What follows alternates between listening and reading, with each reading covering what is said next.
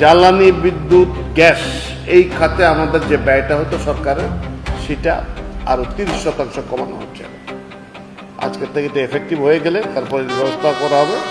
তো এর মধ্যে বেশ কিছু সিদ্ধান্ত হয়েছে। তার মধ্যে একটা আছে যে আমরা কিভাবে মধ্যপ্রাচ্য যুদ্ধের ফলে যেখানে আমাদের সাপ্লাই লাইনটা ইনসিকিউর হয়ে গেছে, সেইটাকে কিভাবে আমরা, তার ফলে যে প্রাইসের ফ্লাকচুয়েশন হচ্ছে, তো সেইটাকে মোকাবেলার জন্য আমরা কি কি ব্যবস্থা নিতে পারি।